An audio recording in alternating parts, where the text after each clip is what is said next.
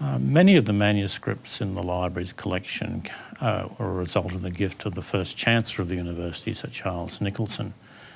He gave a significant number of early printed books and manuscripts during his lifetime, and after his death 4,000 volumes of his private library came to the University of Sydney.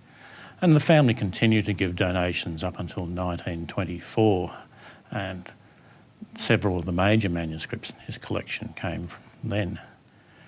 Sir Charles Nicholson's collecting can possibly be simply described in two phases. He collected what you call pre- and post-Hebrew phases, if you like, up until about 1870, when he took up the study of Hebrew in his middle 60s. He tended to collect Western medieval manuscripts, and after 1870 we know he started to collect works in Hebrew and in Aramaic. This one came from the library of the Duke of Sussex, whose bookplate you can see on the inside of the cover here, and this is the bookseller's description of the auction at his library for this particular manuscript. This is probably one of the earliest Hebrew manuscripts that Sir Charles collected. And certainly there are a number of notebooks in the university archives where he does the working out of the translations, and it shows his progression in this language. And by the 1880s, he was recognised as a significant scholar in the field and wrote learned commentaries on Deuteronomy and other things. This is a particularly fine manuscript. It dates to 1272, and we can date it by the fact that at the end of the book of Ecclesiastes and the book of Exodus, there are two chronograms which read Lamed Beth, other words 1272, when the manuscript was written. This makes it probably the oldest known Italian Hebrew manuscript of Italian origin. It's an exceptionally fine manuscript. It's written on very high quality vellum, and it has decoration in gold letters and some later illuminations which are added probably in the 17th or 18th century and which aren't very sympathetic with the rest of the volume. What it's comprised of is the text of parts of the Old Testament. We have the Pentateuch, or the first 5 books of the Bible, which are ascribed in Jewish tradition as to being written by Moses. And we have the commentary of Rashi and the Targum Onkelos, which is a paraphrase of the Bible. Now, because of this layout in 3 columns, what the scribes did was that they alternated where the commentary of Rashi and the Targum appeared, so the pages tend to form mirror images of each other. This isn't always the case, but it is quite common throughout the volume. Because of the prescription on showing human figures, the decoration tends to be in the form of these letter forms, and they've used the commentary here to create these symbolic representations of Jewish temple vessels, or of columns and of pillars and of geometric designs, and these occur right throughout the volume. This is a technique known as micography. It dates from about the 10th century, so it's been in operation for over 1,000 years, and it first occurred in the areas around Egypt, the Sinai Peninsula, and the areas now occupied by modern Israel. So you have this checkerboard effect here, plus other significant representations.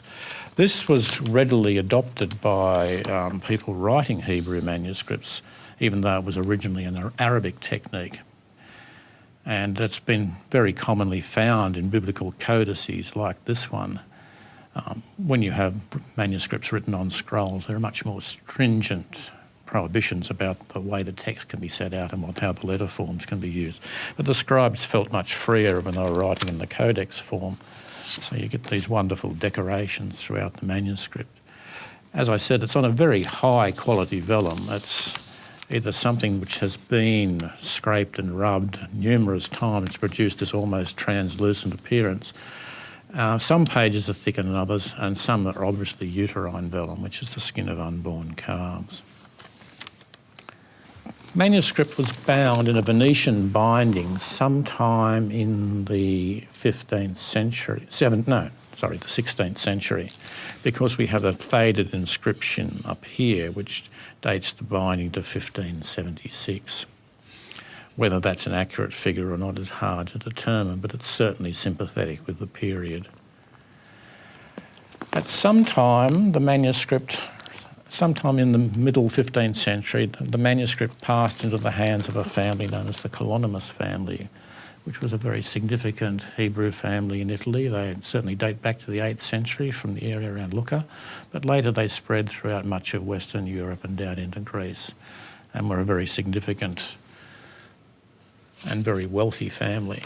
And there's numerous inscriptions relating to the history of this family which are found in the end pages of the volume here. And these continue up until the end of the 18th century, slightly before it would have passed into the hands of the Dukes of Sussex.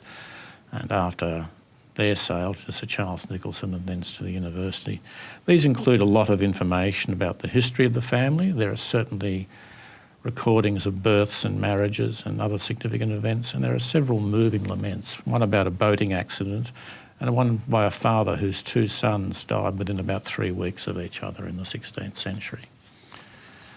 So altogether it's a very fine manuscript, certainly of great significance in its representation of the development of the Hebrew manuscript in Western Europe, and it also contains numerous texts apart from the Pentateuch. It contains the Haftarot, which is a series of, I think it's a series of readings read out during services, and it contains the 5 Megillot, which are the smaller books of the Bible, like Esther and Ruth and Lamentations and Song of Songs.